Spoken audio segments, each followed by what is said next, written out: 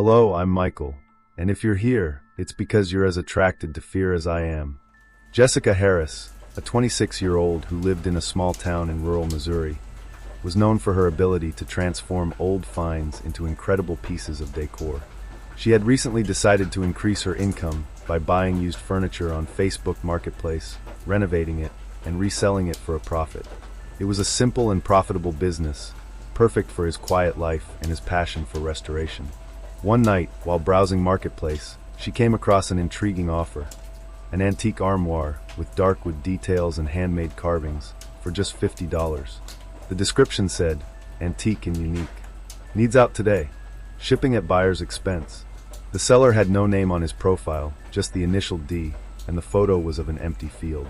Jessica hesitated for a moment, but the price was irresistible. After exchanging quick messages, the seller insisted that the pickup be made that same evening. He sent an address almost 40 minutes away, in a sparsely populated rural area. Jessica, excited about the deal, decided to go alone. He took his old pickup truck, attached a flashlight to the side of the dashboard, and drove to the indicated location. When he arrived at the address, he found a small dilapidated farmhouse, surrounded by trees that seemed to bend under the weight of the night. The only lighting came from a dim streetlight in the middle of the lot. The closet was on the porch, covered with black plastic. Jessica felt a shiver run down her spine, but she ignored it. "Hello," she called, hoping someone would answer. No response came. Instead, a low sound, like creaking wood, echoed from inside the house. Trying to shake off her discomfort, Jessica hurried to examine the closet. It was even more beautiful than it looked in the photos, with elaborate carvings that resembled intertwined human and animal figures. Jessica tried to lift the closet by herself, but it was too heavy. "I need help," she said to herself. He sent a message to the seller. "I'm here, but the cabinet is too heavy. Can you help?" Almost immediately, he received a response. "Take it now. Don't open it. Don't ask." Jessica frowned, finding the answer strange, but decided to follow the advice. Somehow, he managed to drag it into the bed of the pickup and drove off. As she drove home, she felt strangely restless. In the rearview mirror, it looked as if the notches in the cabinet were moving under the light of the flashlight attached to the dashboard. When she got home, Jessica put the closet in the garage, promising to renovate it the next day. But that night, she was woken up by a sound. It was a low, rhythmic noise, like something lightly tapping on wood. She got up, believing it was an animal, and went to the garage to investigate. When he opened the door, he found the closet slightly ajar, although he was sure he had closed it firmly. A strange smell emanated from within, something between damp wood and rotting flesh. Trembling, Jessica grabbed a flashlight and shone it inside. It was empty. Suddenly, he heard a whisper. He couldn't make out the words, but it was too clear and close to ignore. "Is anyone there?" he asked, his voice cracking. The only answer was the sound of something scratching at the back of the closet, like nails on wood. Jessica was a young woman passionate about restorations. One night, browsing Facebook Marketplace, he found what seemed like the perfect deal: an antique cabinet for just $50. Without thinking much, she contacted the seller, who insisted that the furniture be removed that same night. The price was irresistible, and Jessica, without suspecting anything, decided to accept. Arriving at the indicated location, an abandoned farmhouse, she felt a chill. The closet was there, covered in black plastic. There was no one in sight, just an oppressive silence that seemed to devour everything around it. Jessica sent a message to the seller, asking for help loading the furniture. The answer came almost immediately: "Take him now. Do not open. Don't ask questions." Although uncomfortable, she carried the closet herself and took it to her garage. But that same night, as he tried to sleep, he heard a sound coming from the back of the house. A low, continuous noise, like nails scratching wood. She went to the garage to check and found the closet ajar, even though she was sure she had closed the doors. Inside, there was nothing, but a strange smell emanated from the furniture, something that seemed like a mixture of rotting wood and rotting meat. The next day, Jessica decided she didn't want that closet anymore. He put it up for sale again on Marketplace, and within hours he received a message from a man named Paul willing to buy it that same day. When Paul arrived, he examined the furniture closely and asked, "Is there anything I should know about this cabinet?" Jessica hesitated, but decided to lie. "No, it's just an old piece that doesn't suit me." Paul took the closet, and Jessica felt relieved. Finally, I was free of that weight. But the relief was short-lived. That same night, at 3 a.m., his phone vibrated. It was a message from Paul. "Did you know what was inside this closet?" The message said. Jessica, confused and scared, responded, "What are you talking about?" Paul sent a photo. It was the closet, with the doors completely open. Inside, something was stuck to the walls. It was not human, but it had human form. A grotesque, contorted shadow that seemed to stare at the camera. Jessica froze. Then another message appeared. "I can't get rid of this. You need to come here now." She tried to respond, but before she could, Paul sent another message. "It's watching me. I know you're watching me." The messages stopped. Jessica tried to call, but the number was out of service. The next day, Paul's profile was gone. There was no record of the messages or the purchase. Everything seemed like a delirium, until, that same afternoon, Jessica opened the garage door. The closet was there again, in the same place, covered by black plastic, as if it had never left there. Jessica knew at that moment that that piece of furniture would never belong to anyone, and that maybe she wouldn't be able to escape him either. Jessica slammed the garage door shut, her heart hammering in her chest. "This can't be happening," she muttered, trying to convince herself that it was all a coincidence. But how had the closet come back? And what had happened to Paul? Desperate, she picked up the phone and looked for more information about the original seller, the mysterious D, as if the profile had been created just to sell the closet. Jessica decided to appeal to a friend, Marcus, who was a computer technician. He had a reputation for being able to uncover hidden information online. When she explained what was going on, he was skeptical but agreed to help. He said, typing quickly on the computer. After a few minutes, Marcus frowned. "That's strange. The IP is registered to an abandoned house, exactly where you went to get the locker." Jessica felt a shiver run up her spine. "Abandoned? But there were lights," Marcus interrupted her. "The house was demolished 3 years ago, Jess." The words echoed in her mind. She didn't know which was more terrifying. The idea that she had visited a non-existent place, or the fact that the closet was back in her garage. Determined to solve this once and for all, Jessica and Marcus went to the garage.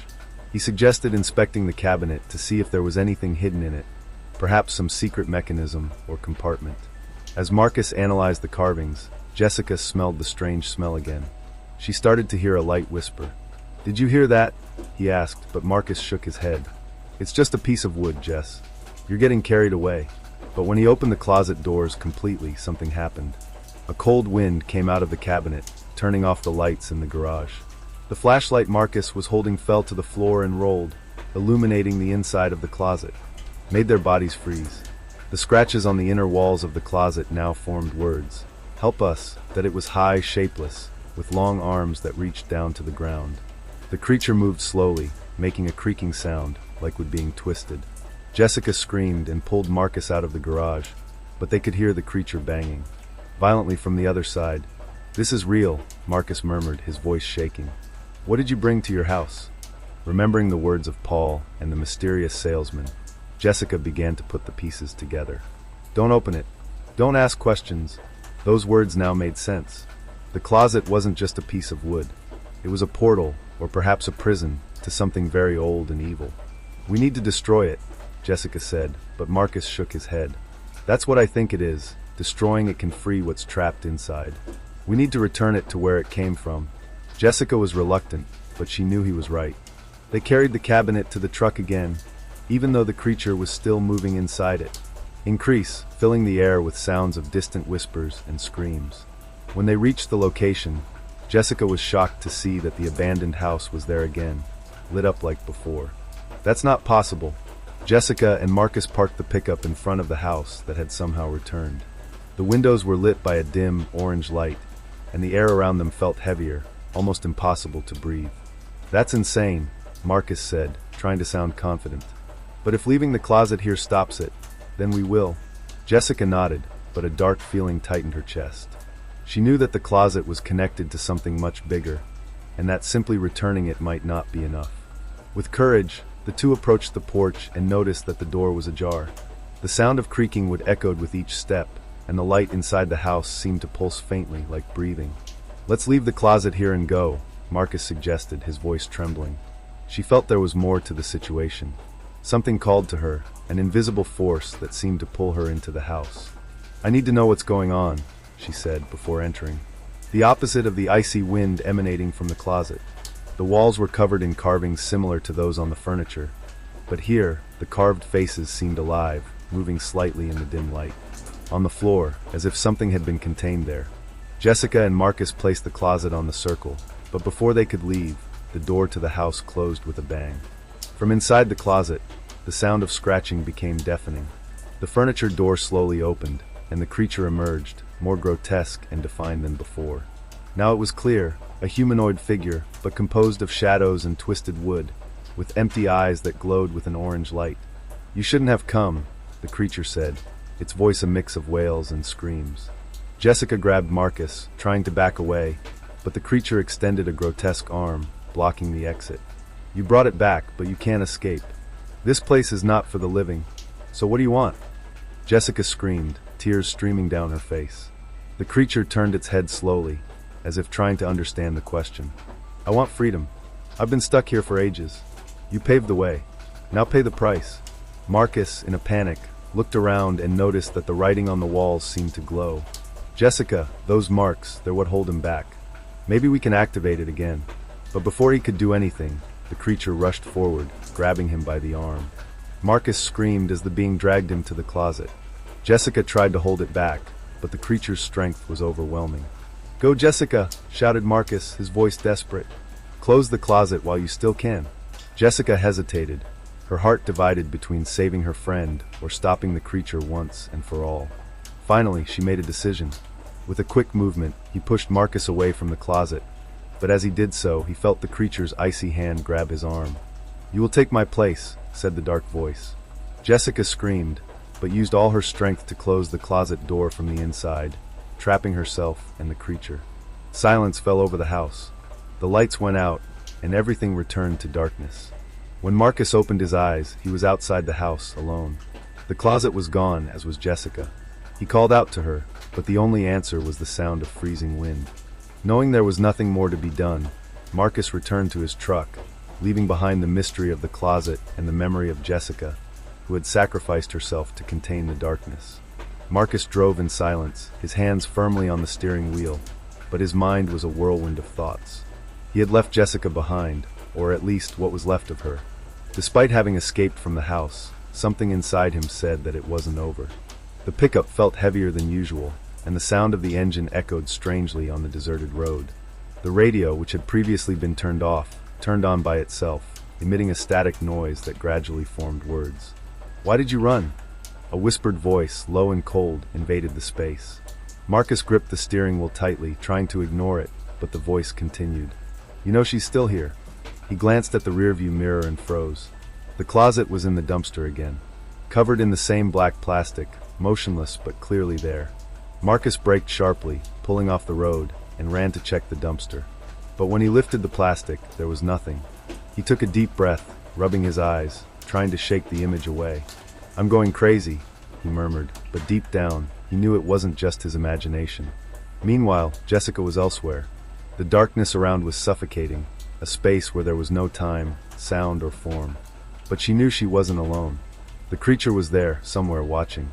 "You are strong," the voice whispered, as if coming from all sides. "Stronger than the others that came before." Jessica tried to respond, but her voice wouldn't come out. Instead, she felt something pull her, as if she were being dragged into the depths of an abyss. Little by little, visions began to appear around him. She saw people, dozens, maybe hundreds, all trapped in spaces similar to hers. Some were crying, some were screaming, but most were just empty. Their faces were frozen, with expressions of pure despair. "They are trapped here by me," said the creature. "But you might be different. You can set me free." Jessica felt a mixture of fear and curiosity. "Why?" she managed to whisper finally. The creature did not respond immediately. Instead, he showed him a vision. The house, the closet, and a ritualistic circle being formed by people centuries ago. They performed a ritual, but something went wrong. Instead of banishing the creature, they trapped it in the closet, condemning all who encountered it to feed its energy with fear and suffering. "You can break this," said the creature, with unexpected softness. "But it needs to be strong enough to face what's coming." Jessica hesitated. The idea of releasing something so powerful seemed unbearable. But she knew that if she didn't do something, she would remain trapped there forever. Meanwhile, Marcus drove back to town, trying to erase the memories of what had happened. But the feeling that he was being watched didn't go away. On the radio, the static returned, this time with a different voice. "Marcus, come back!" It was Jessica. Her voice was distorted, but it was clearly her. He braked again, stopping in the middle of the road. "Jessica," he shouted into the void, but no one responded. Suddenly, the truck's headlights flashed, and on the horizon he saw the house again. It was exactly where he had left it, but now it seemed larger, more threatening, as if the very environment around it had been consumed by its presence. Marcus knew it was a bad idea, but he couldn't stop himself. He turned the truck around and sped back toward the house. Upon entering the house again, Marcus found the closet in the center of the room, with the doors slightly ajar. The icy wind and whispers were stronger than ever. "Jessica," he shouted, but the only response was a low, almost animalistic roar that seemed to vibrate the walls. Suddenly, the closet opened completely, and the creature emerged, more monstrous than before. Its form was an amalgam of wood and shadows, with multiple faces and eyes glowing red. "You're back," the creature said, its voice echoing with irony. Marcus backed away, but before he could get away, the closet began to glow. Jessica appeared, but she was no longer the same.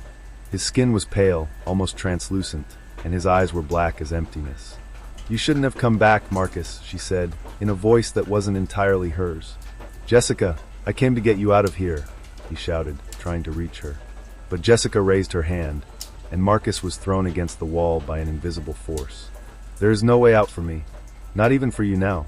Jessica, fighting against the creature's influence, managed to briefly regain her humanity. She looked at Marcus with tears streaming down her face. "You have to destroy the closet," she whispered.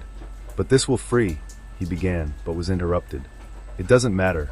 Don't let anyone else suffer this." With the last of her strength, Jessica pulled the creature back into the closet, holding on with all her strength. "Now, Marcus," she shouted, her voice mixing with the creature's. Marcus found a gallon of gasoline nearby, probably left by the previous owners, and poured the liquid onto the cabinet. Trembling, he lit a match and threw it. The flames quickly rose, and the closet began to burn. The creature screamed, its screams echoing through the house, but Jessica remained firm, holding it until everything was consumed. The entire house began to shake, collapsing around Marcus as he ran outside. When he looked back, everything was gone. There was no house, no closet, just a void on earth. Marcus returned to the city, but he was never the same. He knew that Jessica had sacrificed herself to end the terror of the closet, but deep down, he feared that this wouldn't be the end.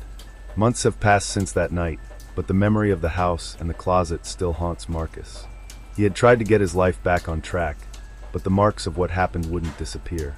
On his quietest nights, he still heard the whispers, or at least he thought he did. People in the city began to notice his change. He, who was previously extroverted and good-natured, now lived as a recluse, avoiding contact with everyone, even his closest friends. Whenever someone asked about Jessica, he responded vaguely, "She's gone." But Marcus knew it wasn't that simple. One night, while working in his office, reviewing some files on his computer, his monitor flickered and went dark. When he came back, the screen showed a message. "She's not far away." Marcus's heart skipped a beat. He tried to close the computer, but the message continued to appear, as if it were recorded directly on the screen. The room started to get cold, and he heard footsteps outside. "It can't be," he murmured, but a part of him already knew what was happening. He opened the front door, and the frigid air that hit him was enough to make him flinch. In the middle of the street, under the pale light of a streetlight, stood Jessica, or at least something that looked like her. His eyes were empty, but his face carried an expression of deep sadness. "Marcus," she called, her voice reverberating like a distant echo. He couldn't move, his legs were frozen with fear. "Jessica? And you?" She took a step toward him, and the ground beneath his feet seemed to creak, as if he were stepping on ancient wood. "I tried to protect you," she said, her voice blending into a low, menacing whisper. Marcus felt tears in his eyes. "I burned the closet. I did what you asked." Jessica shook her head slowly. "You released something that should never be released." Before Marcus could react, the lights around him began to flicker, and the street fell into complete darkness. He felt a weight in the air, as if something immense was approaching. From the void, a figure began to emerge. It was not the creature from before, but something much larger. A presence that seemed to fill all the space around him.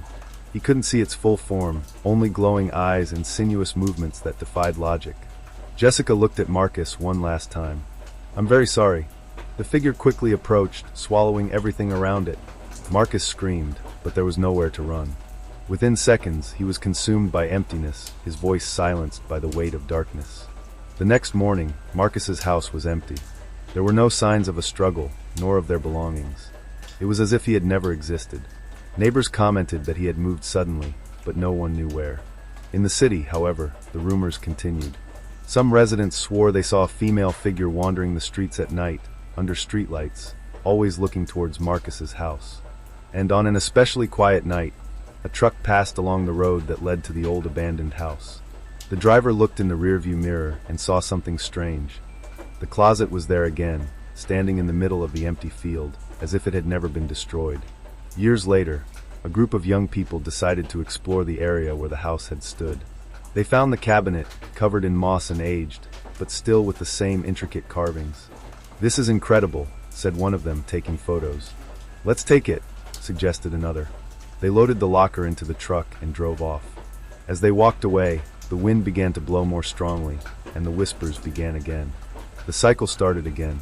Before continuing, if you liked my content, leave a like, subscribe, and tell me what time you dare to listen to these macabre stories. Now, without further interruptions, let's continue.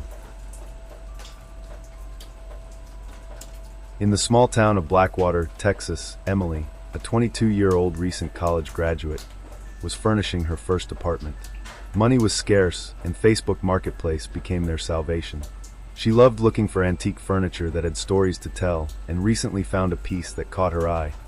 A Victorian rocking chair made of dark wood and with blood-red upholstery. The description said, "Rare, unique item. Not for everyone. If you don't know how to take care of it, don't take it." Emily found the text a little strange, but the price was unbeatable, $30. Without thinking much, he contacted the seller, who seemed reluctant but ended up agreeing to the sale. The withdrawal would be made at an isolated farm on the outskirts of the city. On the agreed day, Emily took her pickup truck and drove to the location. The path was peaceful, but as you approached the address, the road became narrower, surrounded by gnarled, leafless trees. The farm was old, with broken windows and moss-covered walls. On the porch, the rocking chair was waiting. The salesman, an elderly man with tired eyes and shaky hands, stood silently as Emily examined the chair. She tried to ask him questions, but he just shook his head and pointed at the piece.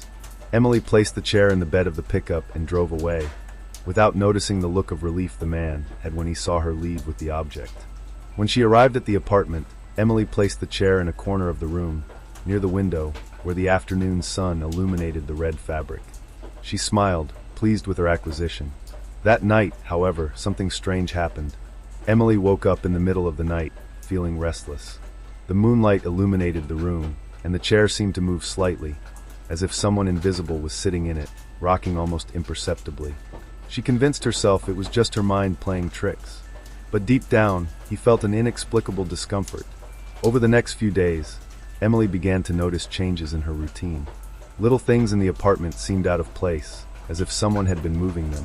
The clock on the wall always seemed late, even when she adjusted the time.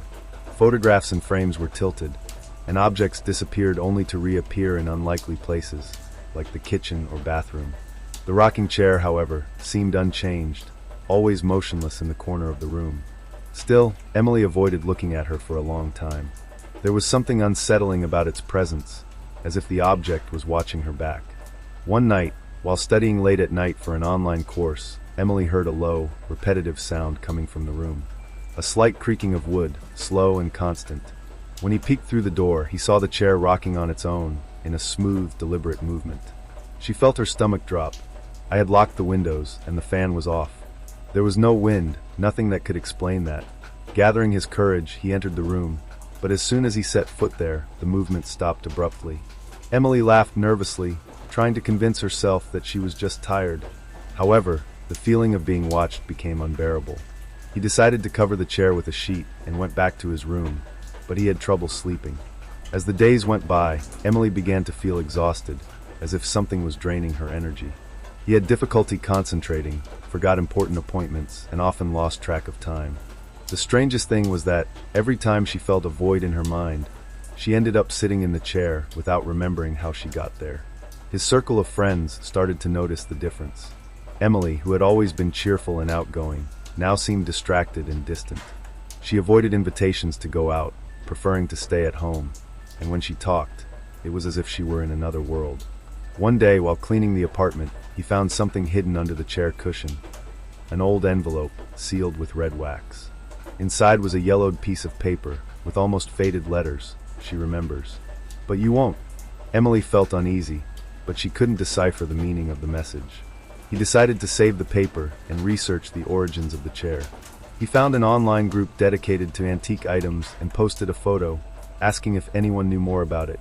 A few hours later, he received a direct message from a group member. He looked alarmed. "That chair is cursed. It belonged to a woman who mysteriously disappeared in the 1800s. It is said that whoever sits on it begins to lose their memories until there is nothing left. Throw it away or destroy it immediately." Emily felt a chill when she read that. It was impossible to believe, but at the same time, something in her mind felt empty, as if something important had already been ripped away from her. Determined to understand what was going on, Emily dug deeper and discovered that the chair had been made for a woman named Margaret, a farmer's wife. Margaret was known in the city as a reserved, almost reclusive person. One day, he disappeared without a trace, and the only clue found was the chair in his living room, rocking by itself, with scratch marks on the floor. Local legends said that Margaret had performed a ritual on the chair to escape a life of suffering, but instead became trapped in it. The curse was clear. Anyone who owned the piece of furniture would begin to forget who they were until they lost their very essence. As Emily processed this information, something strange happened. His phone rang, but when he picked it up, he only heard static. Looking at the display, he saw that the call was registered as yourself. His heart raced. She hung up immediately and threw the phone on the couch. When he turned around, the sheet covering the chair had fallen away, revealing the blood-red upholstery again. Emily knew she needed to get rid of the chair, but something was stopping her. Every time he approached her, he felt as if an invisible force was holding him back. It was as if the chair had a hold on his mind, planting doubts and uncertainties. That night, events escalated. Emily woke up at 3 a.m. to a loud sound coming from the living room. It was as if someone was dragging furniture across the floor. With her heart racing, she left the room and found the rocking chair in the center of the room, rocking violently even though there was no one there. The air was heavy, and the smell of aged wood seemed to have intensified, now mixed with something reminiscent of sulfur. Emily's mind was confused, and she began to doubt her own sanity. Trying to calm down, she decided to drag the chair out of the apartment, but when she touched it, she was hit by a wave of images and sensations. It was like a flash of memories that weren't hers. She saw the woman named Margaret sitting on the chair, crying. He saw her husband, a tall, violent man, shouting as he forced her to remain silent. And then, she saw Margaret murmuring words in a language Emily didn't recognize, while the chair seemed to absorb all her pain and suffering. When the flash ended, Emily was lying on the floor, with the chair back in its place in the corner of the room, as if it had never moved. Emily knew she couldn't go on like this. She decided to call her best friend, Chloe, for help. Chloe, although skeptical, agreed to spend the night with Emily to help her deal with the problem. That same night, the two began researching ways to destroy the chair. They found forums and reports of people who had dealt with supposedly cursed objects, and most said that burning them was the most effective solution. Emily and Chloe planned to take the chair to an empty lot on the outskirts of town and burn it. But as the night progressed, something began to change in Emily. She was increasingly distracted, as if a fog had taken over her mind. "Emily, is everything okay?" Chloe asked, worried. Emily took a few seconds to respond, as if she didn't recognize the question. "I guess so," he said, but his voice sounded distant. While Chloe continued to pack her things, Emily went into the living room, where the chair was waiting for her. She stood there for minutes, looking at the object, feeling a mix of fascination and fear. At around 2 a.m., Chloe heard a strange sound coming from the living room and ran to check it out. He found Emily sitting in the chair, rocking slowly with her eyes closed. "Emily, get out of there!" Chloe screamed, but her friend didn't respond. When Chloe tried to pull her away, Emily opened her eyes. They were black as the void, without a trace of life. Chloe backed away, horrified, as Emily mumbled something inaudible. The chair stopped rocking, and Emily looked at Chloe with a smile that wasn't hers. "It's not your friend who's here anymore," a husky, distant voice said through Emily. Chloe tried to escape, but the room door slammed on its own, locking her inside. The light started to flicker, and the temperature dropped drastically. The chair began to creak again, now with violent movements, as if it was trying to escape something. Chloe realized that if she didn't act quickly, she would lose Emily forever. Remembering the advice she found online, she ran to the kitchen and grabbed matches and a gallon of rubbing alcohol that Emily used for cleaning. When he returned to the living room, Emily was already standing, but her body was moving strangely, as if she were a puppet. "You will never understand what this means," said the voice through her. Chloe ignored him, spilling the alcohol on the chair and lighting a match. Before she could throw it, Emily lunged at her with superhuman strength, knocking her to the ground. The match fell but did not go out. The flame slowly rose to the fabric of the chair, which began to burn with an intense green flame. Emily screamed, but it wasn't her voice. It was an unearthly sound, like several voices shouting at once. The apartment shook, and Chloe saw shadows leaving the chair, twisting and disappearing into thin air. When the fire finally went out, Emily was lying on the floor, unconscious. The chair was gone, leaving only a burnt mark on the floor. Chloe was panting, her hands shaking as she stared at Emily's still body. The burnt mark on the living room floor was the only evidence of the chair's existence. But the air was still filled with something heavy and oppressive. The silence was absolute, interrupted only by the sound of the wind hitting the apartment windows. Gathering her courage, Chloe approached Emily and touched her shoulder. She was cold, but she was breathing.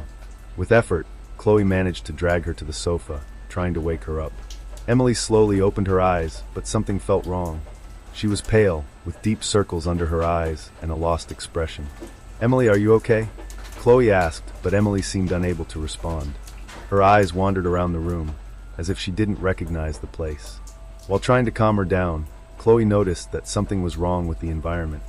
The room looked different, the walls darker, the windows narrower. It was as if the apartment was changing around them. Chloe picked up the phone to call for help, but there was no signal. Over the next few days, Emily seemed to get worse. She would forget basic things like where she was or even who she was. Once looking in the mirror, he asked Chloe, "Who is this person?" Chloe tried to get medical help, but every time she tried to leave the apartment, something stopped her. The doors wouldn't open, or the hallway seemed to go on forever. The only way out was the window, but when she looked outside, she only saw darkness. It was then that Chloe realized the truth. The apartment was no longer an ordinary place. It was an extension of the chair, or perhaps a prison created by it. Despite having burned the object, something had survived, and was now slowly consuming Emily. Chloe began to investigate everything she could about the curse of the chair. He scoured forums, old books, and even tried contacting online psychics, but no one seemed to have concrete answers. The only thing everyone agreed on was that the curse could not be broken without a sacrifice. Meanwhile, Emily began to lose more and more of her identity. She spent hours sitting in silence, staring into space, mumbling incoherent words. Chloe felt like she was running out of time. One night, while going through Emily's drawers, he found the old envelope she had taken from her chair. Inside, in addition to the initial message, there was a second page that appeared to have been ignored. It read, "To destroy the cycle, you must remember who you are." Chloe didn't immediately understand, but she realized that the key to saving Emily was helping her regain her memories. Chloe began surrounding Emily with objects from her past life, old photos, letters, even music she liked. But Emily reacted strangely, as if those items were completely unknown to her. "Those things aren't mine," Emily said in a hollow tone. Chloe, however, refused to give up. She recalled stories the two shared, showed videos of happy moments, and desperately tried to reach something inside her friend. It was then that Emily had a moment of lucidity. As he looked at a childhood photo, a tear ran down his face. "I remember that," he murmured. Chloe felt a surge of hope, but before she could celebrate, the apartment began to shake again. The walls were covered in dark marks, like the ones inside the chair. The air grew cold, and the smell of burning wood filled the room. Emily fell to the ground, writhing in pain as Chloe screamed her name. The shadow of the chair seemed to form in the corner of the room, taking shape again. Chloe realized that the curse was trying to stop Emily from regaining her memories. Remembering the text on the paper, Chloe shouted to Emily, "You have to remember. Remember who you are, or it will consume you." Emily, with difficulty, began to talk about her life, her most precious memories. The first bicycle, the smell of Grandma's kitchen, the laughs with Chloe in high school. Each word seemed to weaken the surrounding shadows. But then something happened. A low, hoarse voice echoed through the room. "If she remembers, you will forget." Chloe felt her own body weaken. She understood what the curse meant. To save Emily, she would have to sacrifice herself. Without hesitation, Chloe held Emily's hands and whispered, "I'll remember for you." Chloe felt the energy in the apartment change drastically as soon as she spoke those words. It was as if the air itself was alive, pulsing with an indescribable force. Emily, who had previously been on the ground, began to slowly rise to her feet, her expression confused but more human than it had been in days.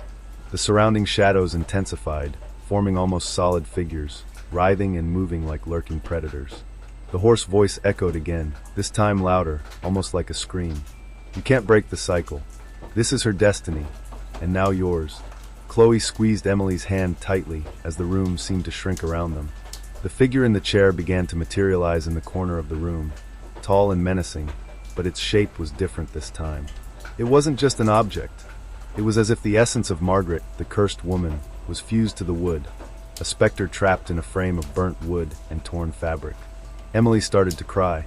She remembered everything, her childhood, her family, her first meeting with Chloe. But along with these memories came the realization of what had happened. "I'm sorry," she said, her voice shaking.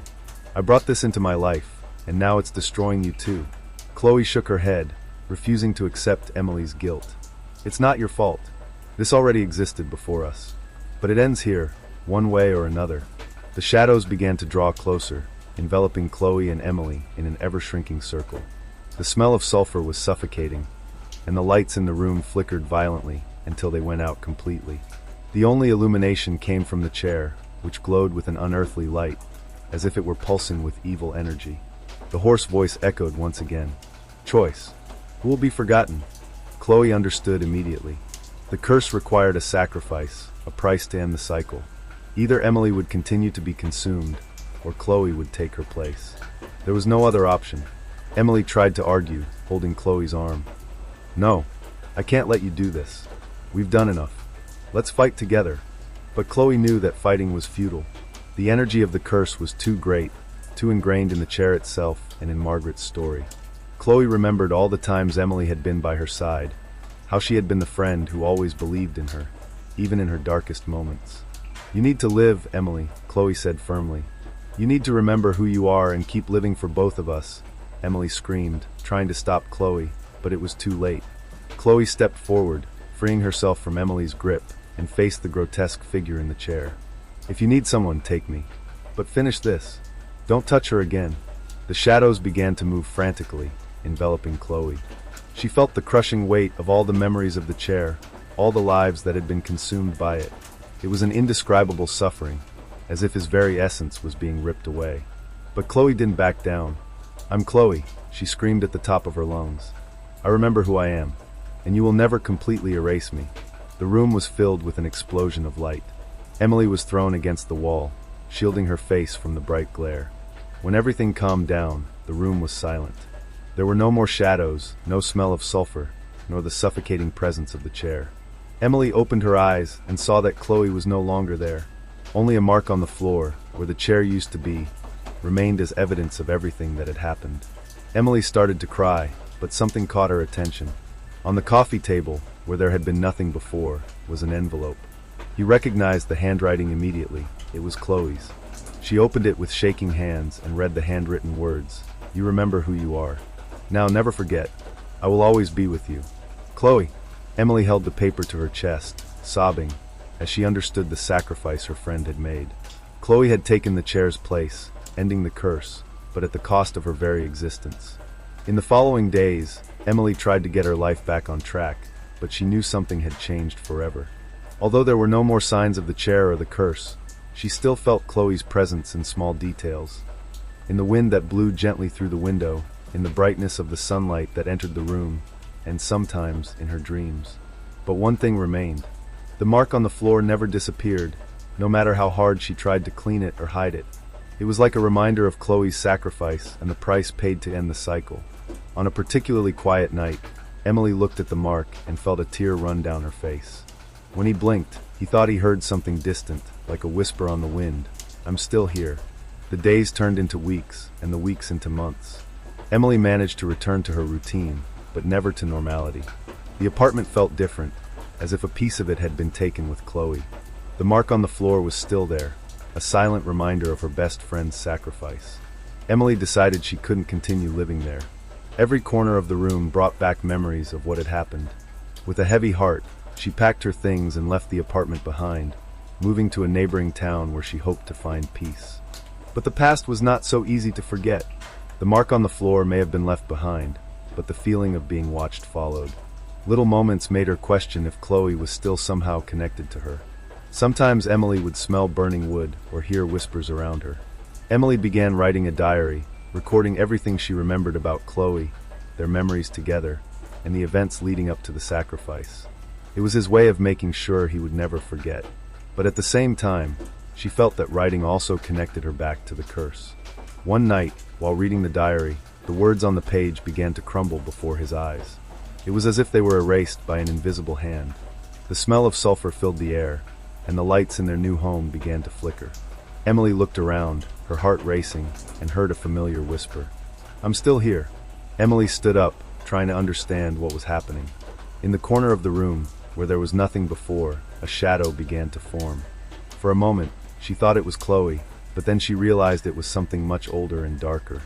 Emily knew the curse hadn't completely ended. Something had grabbed hold of Chloe, perhaps her very essence, and now it was manifesting itself. But this time, Emily didn't run away. She stood and faced the shadow. "I will not forget who I am," he said out loud, as if challenging the entity itself.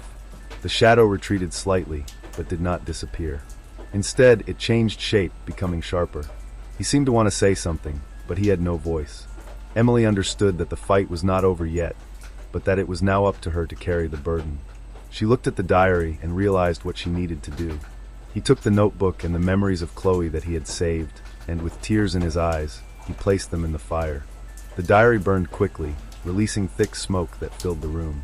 For a moment, the shadow seemed to scream, but then it disappeared completely. When the smoke cleared, Emily felt an inexplicable relief.